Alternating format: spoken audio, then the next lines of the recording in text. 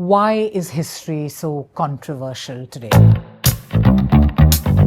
They need a version of the past to justify their politics in the present.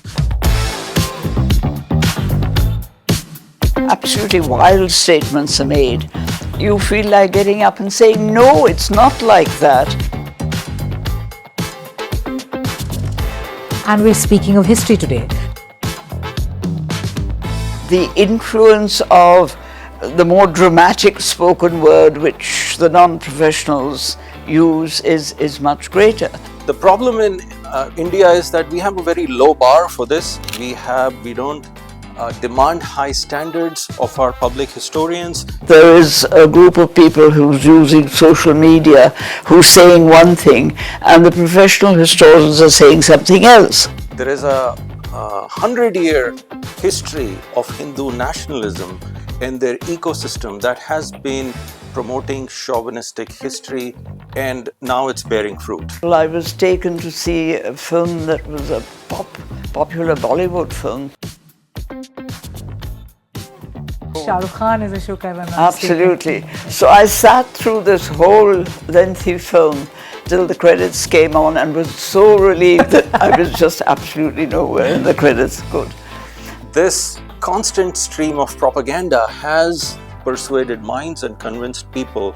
Politics is very important, and it is very much the politicization of history in order to further politics. You have loads of war films coming out. There is also attempts to do semi-fictional kind of portrayals. You have RRR, you have Chava, which claims to redefine, tells a story in the past, which becomes really popular.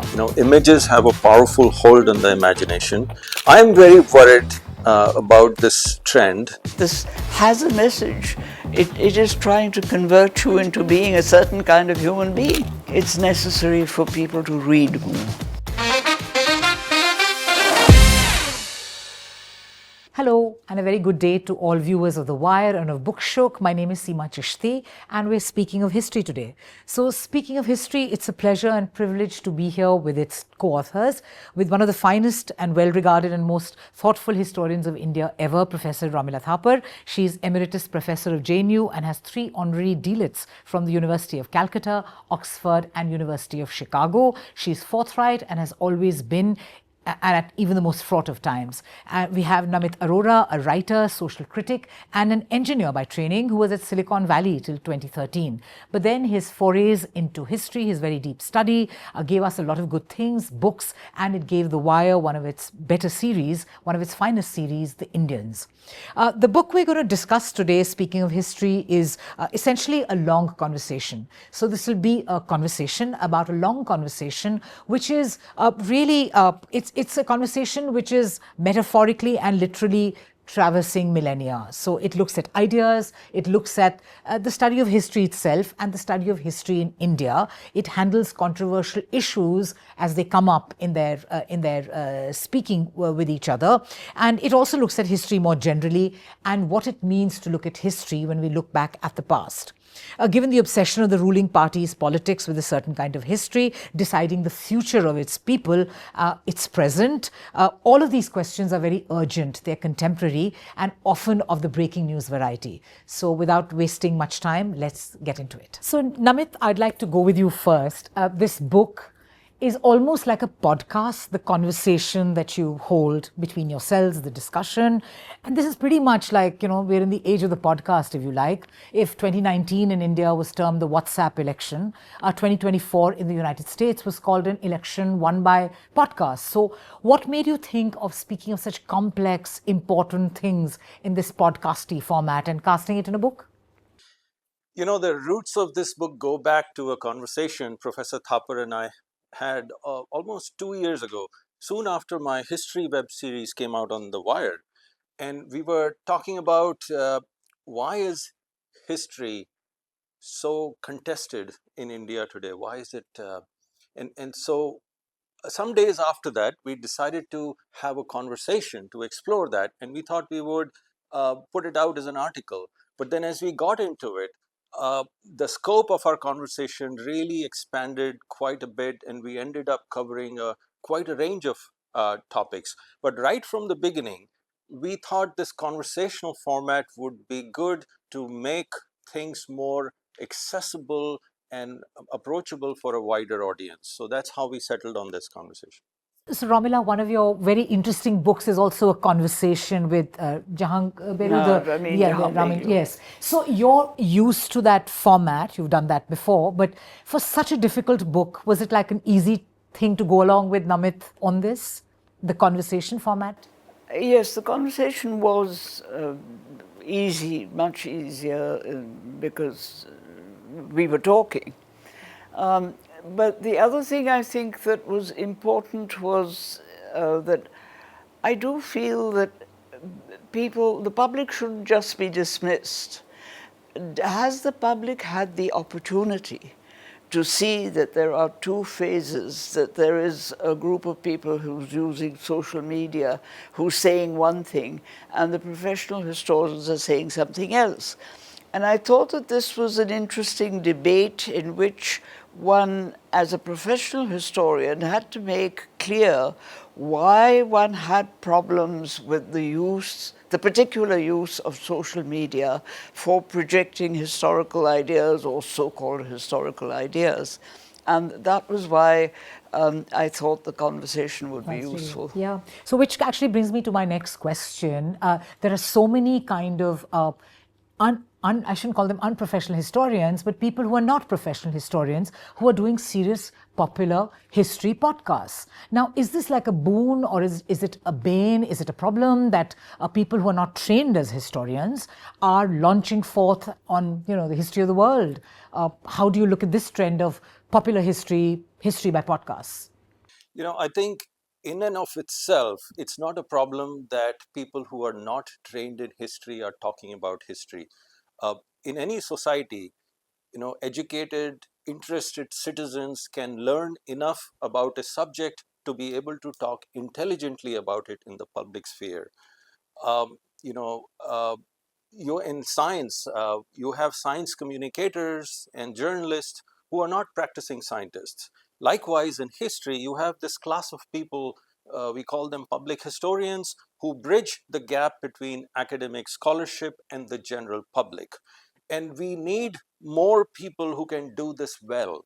The problem in India is that we have a very low bar for this. We don't demand high standards of our public historians, and our public space is therefore flooded with people who've not taken the effort to engage with academic scholarship and learn its methods and so on. So in a sense, it's been, in a way, because of that, it has been actually a worse influence. Yeah. So does that sort of rankle you as, as the most eminent historian in India today to watch? Is that an issue with professional historians watching newbies? Well, it is up to a point an issue in the sense that, when absolutely wild statements are made, you feel like getting up and saying, no, it's not like that. But you know that your saying no will not have any effect because the influence of the more dramatic spoken word, which the non-professionals use, is much greater. And I think the important thing, therefore, is that people should understand that there is such a thing as a historical method.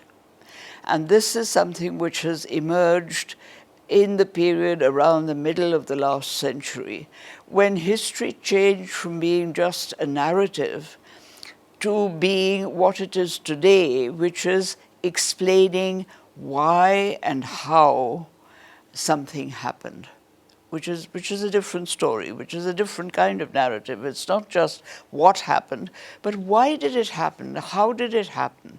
How is it expressed in human behavior? So the kind of thing that many of us have been stressing a lot in our teaching, in our lectures and so on, is that please understand that there is a historical method of procedure.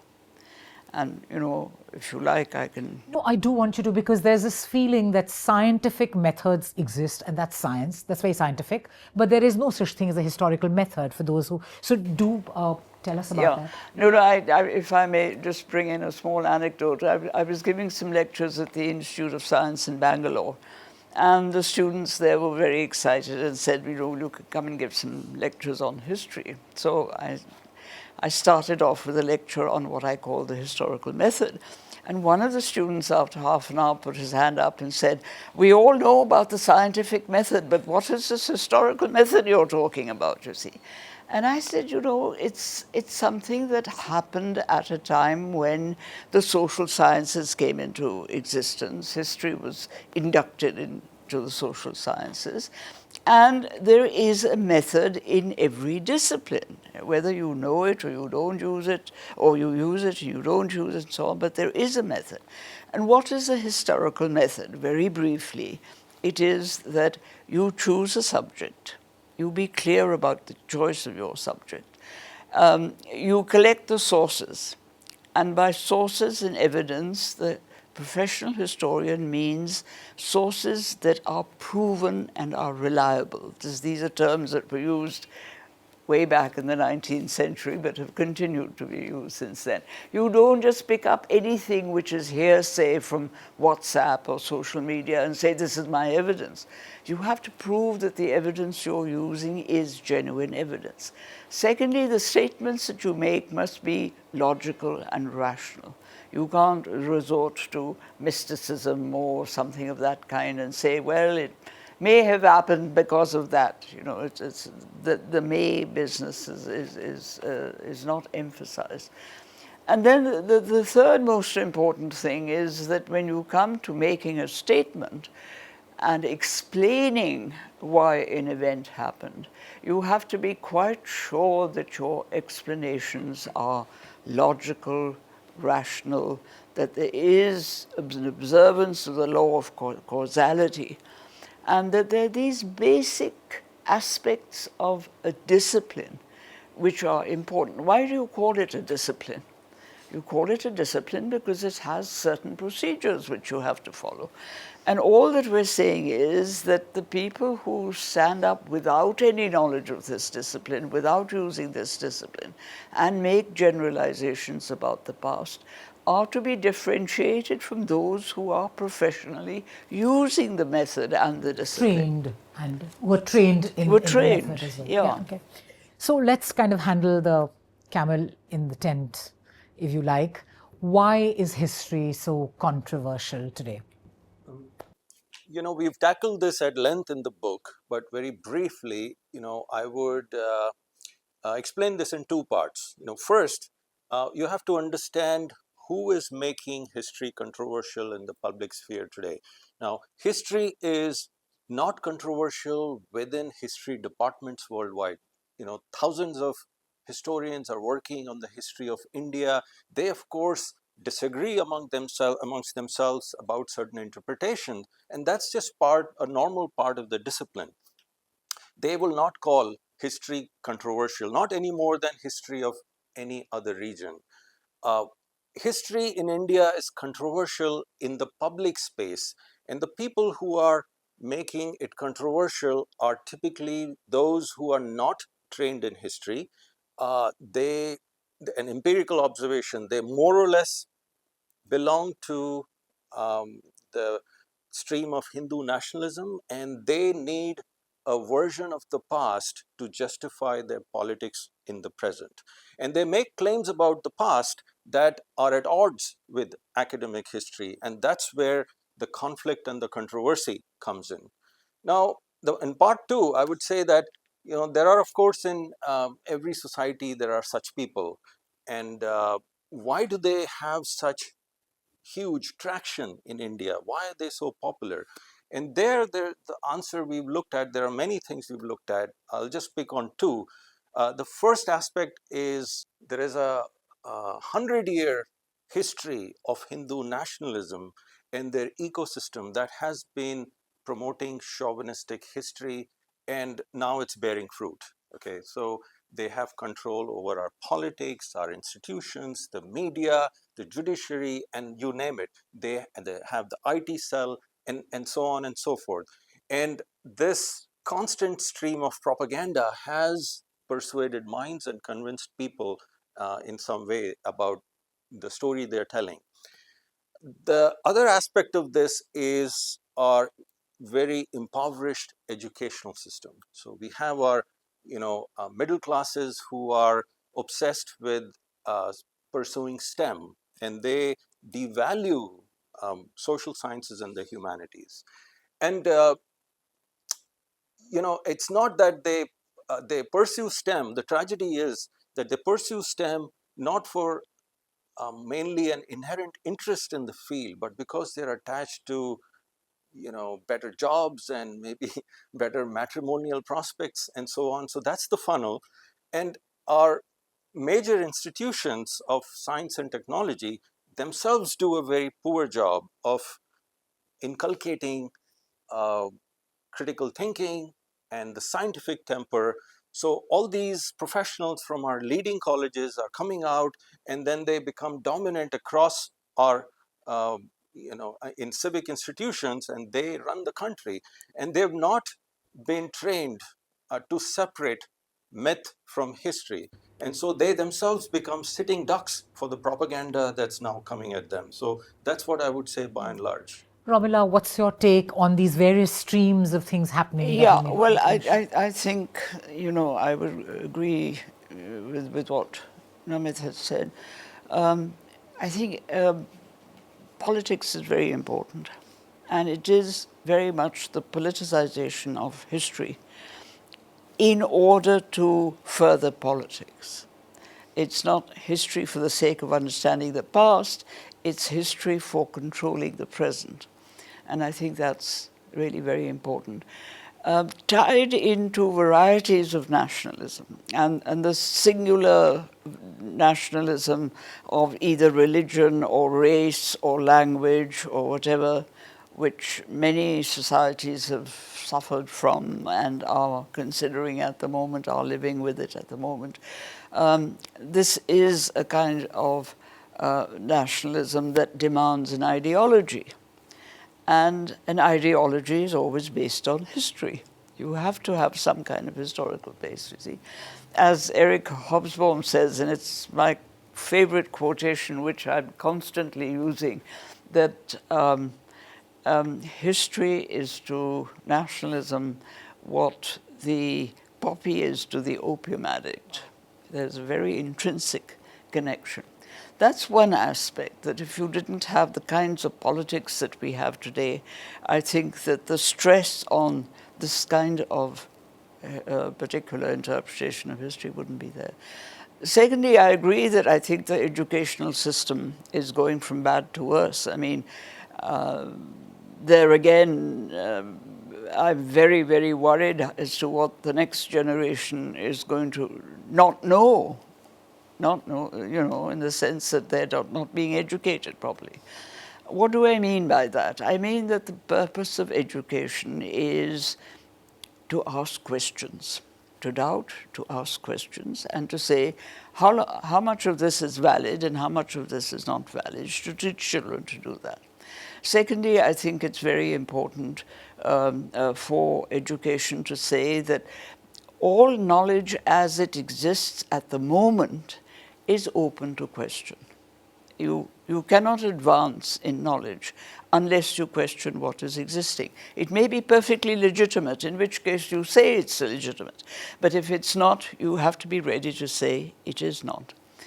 And I think it's terribly important that the more that we stress the fact that there should be rationality and logic and scientific thinking, the scientific temper, for example, which has been much abused, which is absolutely crucial to any advance in knowledge, is there and has to be cultivated. I'm very struck by the fact, for example, that we have not produced an Indian in India at an Indian institution who has won a Nobel Prize in the sciences for, 80 years, 90 years?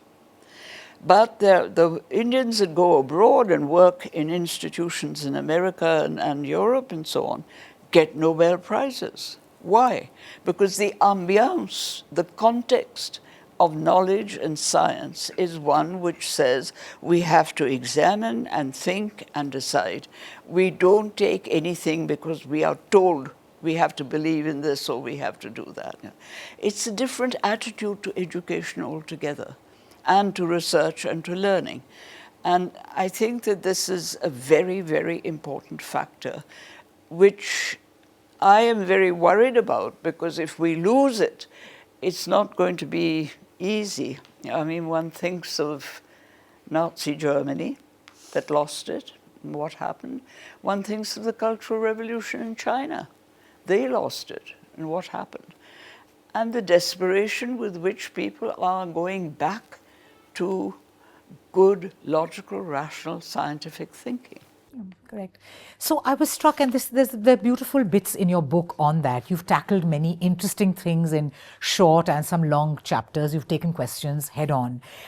This particular thing about modern India as we know it today, when, in your view, in your assessment of, like, we're in the third millennium now, but in the past 2 millennia, did it really take shape? So, and there's this bit, Romila, where you speak of people doing common things, so like wearing a kurta, eating curry, sort of looking in a particular way, maybe enjoying the same films and music too, but that's still not equal to having a particular identity or feeling as one. So could you both talk a bit about, since when did this idea of modern India, one India, become popular?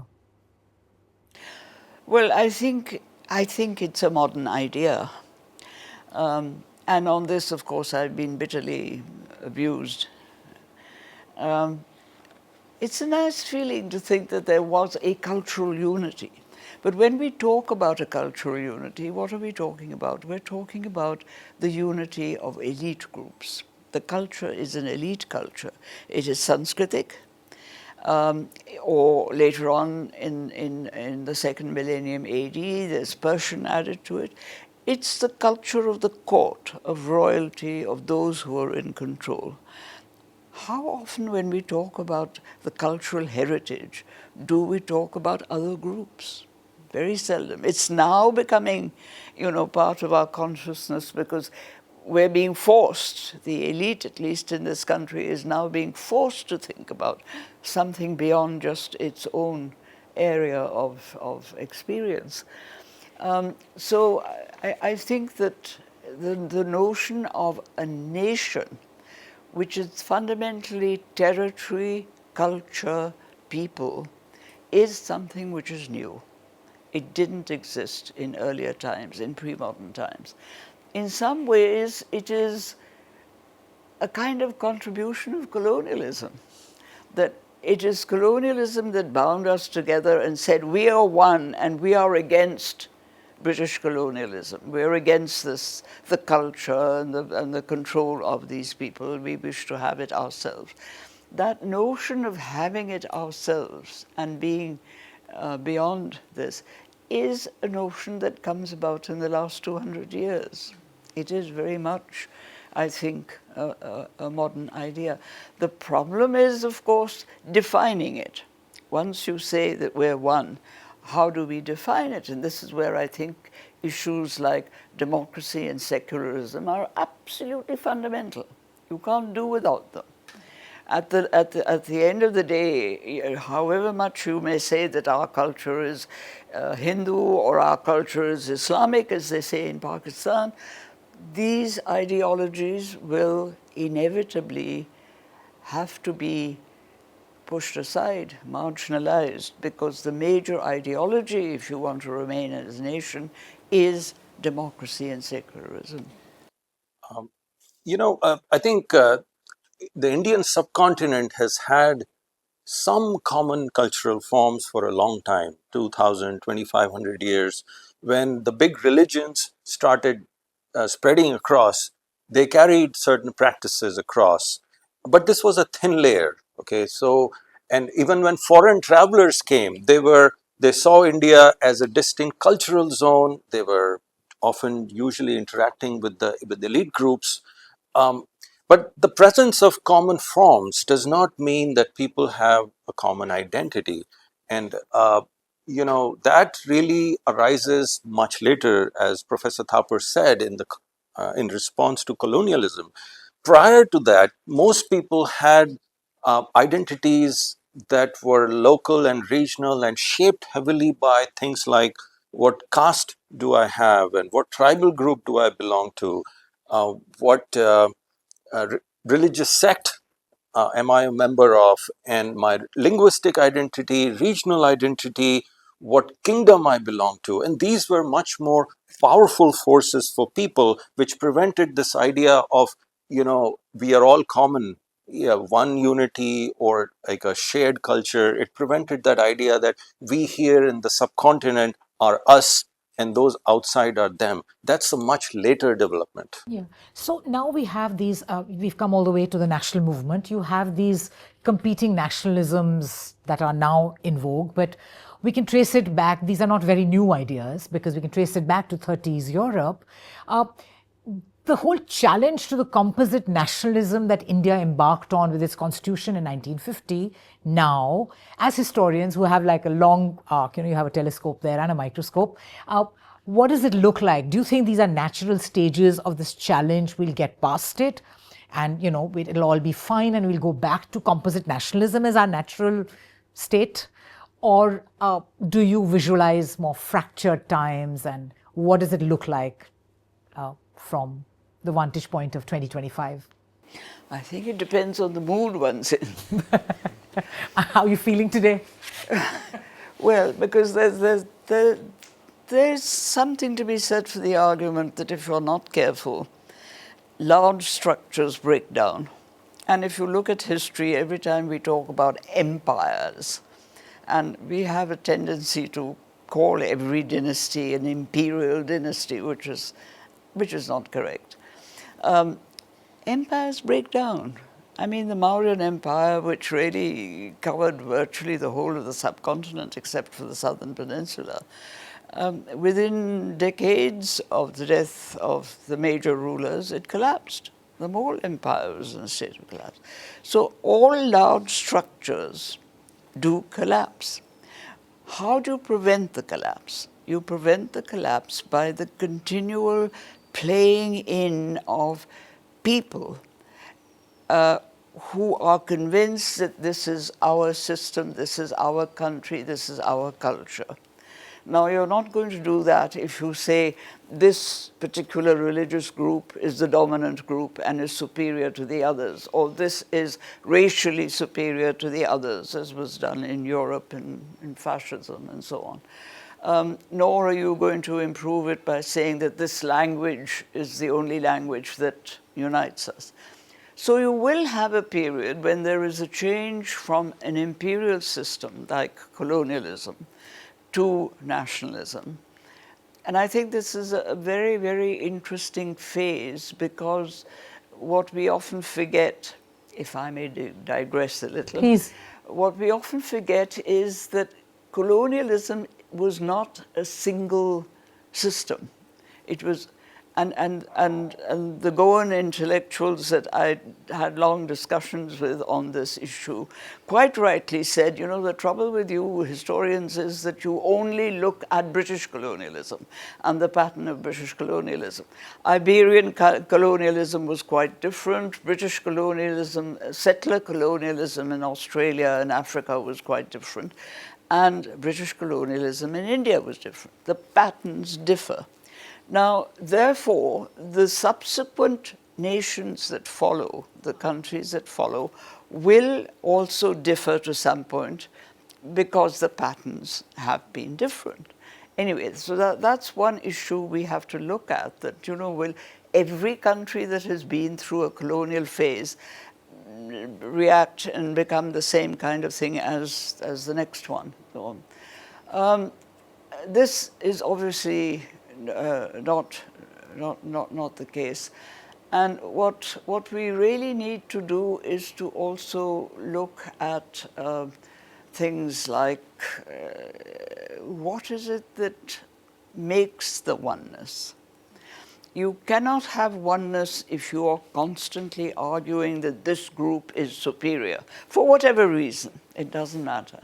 You can only have oneness if you say that we're all the same, uniformity. And we were inching towards this with the Constitution in the early years when we had adult franchise. This was absolutely unheard of, and it's all being taken back now.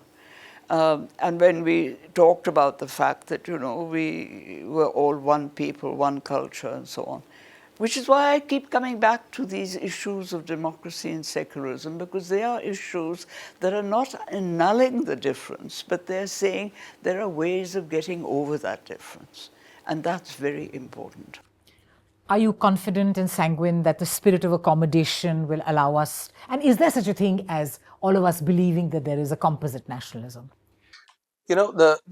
We've discussed this in the book. The origins of nationalism I see as more related to the package of modernity that went around the world, and nationalism is part of that. And India had a fairly decent start early on with a more inclusive nationalism. Of course, it arose in response to the colonial oppressors. And there was an opportunity after 47 to then strengthen it into a kind of civic nationalism. Now, but the challenge, India has been a very challenging country in the sense that, there are very deep-rooted inequalities and social identities. And once the unifying cause of the earlier nationalism went away, these other factors started asserting themselves. And we've been struggling with that ever since. The civic nationalism versus these varieties of religious nationalisms, right? The struggle continues, yeah. As history is so much about breaking news and current issues, I'll just leap back into the present. We have a lot of cinema now coming up, as there has been, which uses history as a backdrop. So a lot, like you had the Bengal famine, the freedom struggle, other things, the wars. You have loads of war films coming out. There is also attempts to do semi-fictional kind of portrayals. You have RRR, you have Chava, which claims to redefine, tells a story in the past, which becomes really popular. How worried are you about distortions in history or deliberate painting of certain groups of people in a particular way, legitimizing it by, running it in sepia or calling it history and playing it now? I mean, how much does that impact on the memory of the nation as itself now? And is that a concern for people in the business of history? I'm very... Do you watch these films? I've seen some of them. There's some of them are very hard to take. So in small doses, I can. I'm very worried about this trend. Images have a powerful hold on the imagination. I think this new crop of cinema is different in one way, which is that it is injecting ideas and manufacturing social memory of a different kind. It is much more divisive, sectarian, chauvinistic, hyper-nationalist. I don't think anything good can come out of this, frankly. Yeah, I think I'm very impressed by the phrase you used, manufacturing social memory. I think that films do contribute very strongly to that. Films have always had a touch of, we're going back to history. Yeah. I mean, I've seen immense numbers of films. For example, I was taken to see a film that was a popular Bollywood film made on Ashoka some years ago, because people insisted that I had been mentioned in the credits, and my heart sank. And I said, oh no. Shah Rukh Khan is Ashoka, if I'm not mistaken. Absolutely. Yes. So I sat through this whole lengthy film till the credits came on and was so relieved that I was just absolutely nowhere in the credits. Good. The point is that it's also been used as a social message. I was mentioning this the other day, that when I went to China first in 1957, Raj Kapoor's film Awara. Yes, you mentioned that in the book. In the book, yeah. it was being shown, had been shown, and the Chinese were very taken by it, and they translated the thing, and the song particularly, into Chinese. So everywhere we went, when we were recognized as coming from India, they would start singing Avara Hoon in Chinese. Why was it recognized? I asked locally. I said, why did the Chinese do this? This was probably the only film at that time that they did. And they said, because it has a social message. It's the poor boy who grows up with the right values, and he finally wins the heroine. So, you know, have the right values and everything will be fine, kind of thing. Now, that I saw it again the other day, and I must say I was appalled. 3 hours of the most awful mush and really dreadful ham acting and terrible dialogues and so on. But anyway, I thought to myself, so what does cinema do? Cinema does make an impact. It is important. The important thing is to have more discussion about these films. You're not going to stop people from making them, because there is a certain category of people to whom it appeals, and the very fact that social media takes up these films and doesn't take up the films that are made by bright young filmmakers who have a message and an issue and so on, is because they feel that these films will sell, will bring in the money and so on. So it's very, very important. And this is where I think that television has let us down very badly.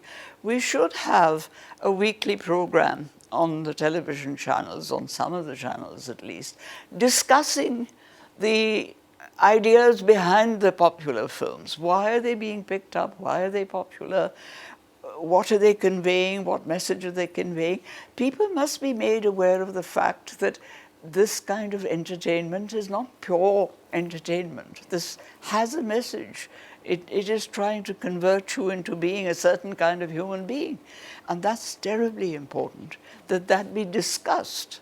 My plea is simply that, for goodness sake, everything that is being said should be open to discussion. It's a tall order in India today, but okay. I'll go back to two questions in history that personally interest me. And one, of course, in your book that comes out, which you discuss, that while you have travelers visiting India and there are, you know, there are detailed accounts, etc., one doesn't find that many detailed accounts by Indians traveling. We have full evidence of Indians, you know, the Indian imprint, if you like, in areas around the world. But what do you make of the absence of Indians in the past traveling abroad or going out, or even within parts of India, and leaving detailed accounts? I mean, what is that, like a interesting gap?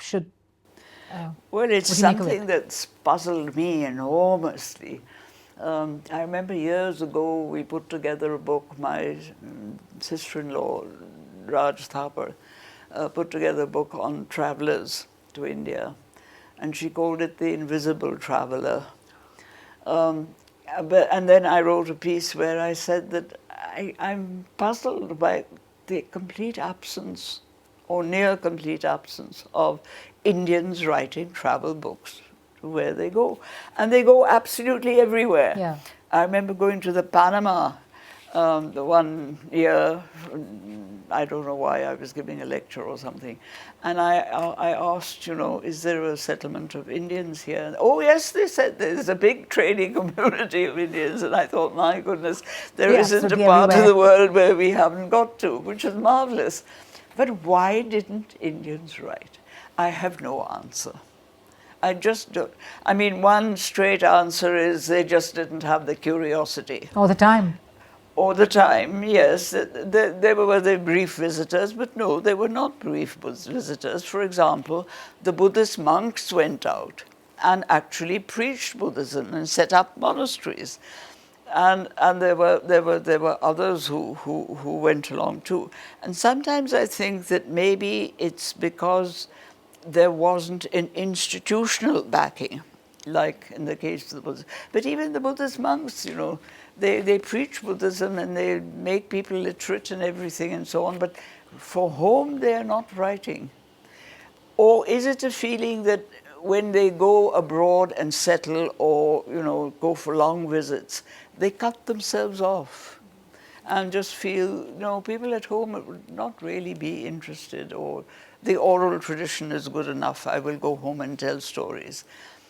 Or possibly what we have not looked at and examined is that we have a certain stereotype about foreign accounts of India, and we only look for that kind of thing. Possibly some of our literature and our mythology may have aspects of something that was picked up abroad and brought back, and we haven't quite recognized it. So as a proxy for like travel writing, yeah. Now, but do you think there could also be that there was this whole business of Saat Samandar Par, you crossing the seven seas, was taboo, at least for a certain period? Could it be that you do not emphasize the fact that, so you've gone away? Crossing that taboo, everybody quotes it. But my goodness, Indian traders are absolutely everywhere. Right. They've crossed every sea on this earth. Yeah. Yeah, and even Indian missionaries went to the many Asian lands. You have Chinese pilgrims coming here. They of course have written extensively, but there's not much from Indian missionaries when they go abroad. So really, I also have always puzzled, and that is why I raised this point in the book with her. This, yeah. And okay. So the second question is, Romila, you've written about this extensively, even previously, about a very strong Indian tradition. And we talk about scientific temper, but that's not just Article 51 of the Indian Constitution. There's a strong streak of rationalism, if you like, or, the Charvaks, the Lokayat, and all that, and the Shramanic side of the story. Why aren't there many written texts which are... So we find them in the refutation that Madhvacharya does. So he puts out his opponent's point of view and then proceeds to refute it. But we don't have the original text. So why has that gone missing from the annals of our past? Well, I think that initially, first of all, let me say that the texts were read and there was some commentary on them. In the Indian languages, but there wasn't too much debate on them. Then you had the colonial scholars coming along, and this whole mythology developed as a result of both nationalism and scholarship and the rediscovery of texts, that India was a land of spirituality and never had a materialist tradition, or the materialist tradition was marginal and limited. Which, of course, is being now gradually proved to be completely wrong, because there is. So I think one has to think of it in terms of, first of all, the Shramanic opposition, which is an opposition that does draw on things that have to do with rationality and materialism. And then you get a definite body of people like the Charvak. Now, materialism, again, is not something which is out there with this body and that's it. It comes into the philosophy at different periods, and we have to pick it out and see how important was it. Did it play an important philosophical role, as some of us suspect it might have, and then why did it sort of die down a little bit? The point that interests me is that even in the 14th century, when Madhvacharya is writing, as you say, yes, he's refuting them, but they're there to be refuted. Yes, and they need to be refuted. So, and there's a need to be refuted. And also there's a need, and he begins by saying that, there's a lengthy chapter in his discussion of the different philosophies. There's a lengthy chapter on the Charvak, which he says, they may not have a very big following, etc., but the implication of his chapterization is that they're there. They have to be faced. They have to be answered. Yeah. So I think that's there. I think that today, in our study of the Indian tradition, we have paid much less attention to this kind of thought, even in philosophical thinking. I mean, for example, the dialectic, which is fundamental to Indian philosophy, the business of, the first person's opinion, then the second person's opinion, and in the contradiction of the two, there might emerge a message. we pass that by. We give it no importance. It's so critical to And what it's so critical happens. to any kind of Yeah. thinking, anywhere, whether it's Greek or whether it's medieval Europe or Chinese or whoever it may be. That is one philosophical issue that one would have thought would have a complete study on itself. Namit, do you want to weigh in? Yeah, I think the Charvaks, of course, had their primary texts, and they had rivals and opposition from other groups. Um, at some point, when their numbers started dwindling and that the community started dwindling, there were not perhaps that many people left to preserve the books, as often happens. This community would be the one that's most interested in preserving it, and if it goes, the texts go with it. So that's probably one of the contributing factors. Yeah. My kind of And also, if I may just yeah. add to this, I think that it was talking about the text going, it was a stronger oral tradition, perhaps. And maybe, oral traditions continue at a certain level, but they have to be sought and found out. But I don't know. I don't know enough about the subject. So just pulling all this to, again, history is breaking news. If you're able to wade out of this period of history only as controversy, as contestation, and as strife, etc., will we be able to have a history that we agree with, that all Indians are happy with, which is taught in schools, in colleges, which is debated and discussed on TV, on channels, on video, and in podcasts? Is there hope of that in the near future? Well, I think one major challenge is that the present regime is supporting this sort of dubious history, and so it's an uphill struggle. And if the regime goes at some point, it'll become easier for credible history to find space in the public sphere.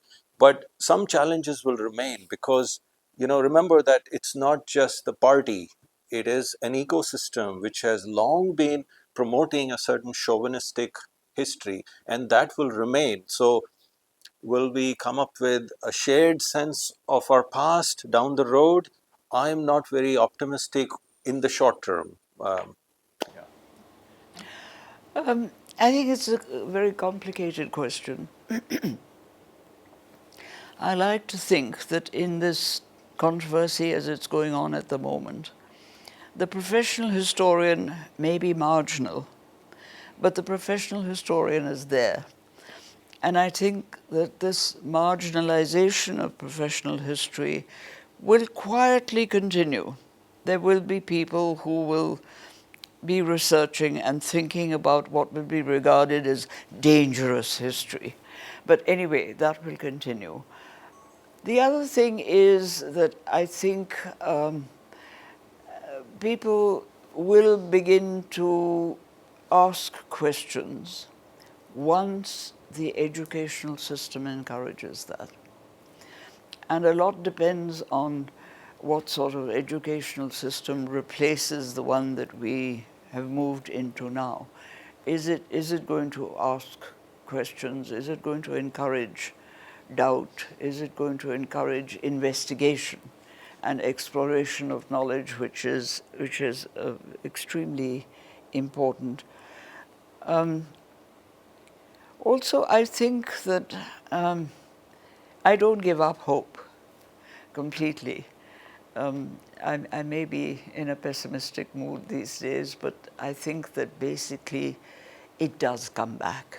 Some of it comes back. Certainly the historical examples that we have where knowledge has been decimated, now we are seeing it returning. And I think here one of the elements that we are not paying enough attention to is institutions.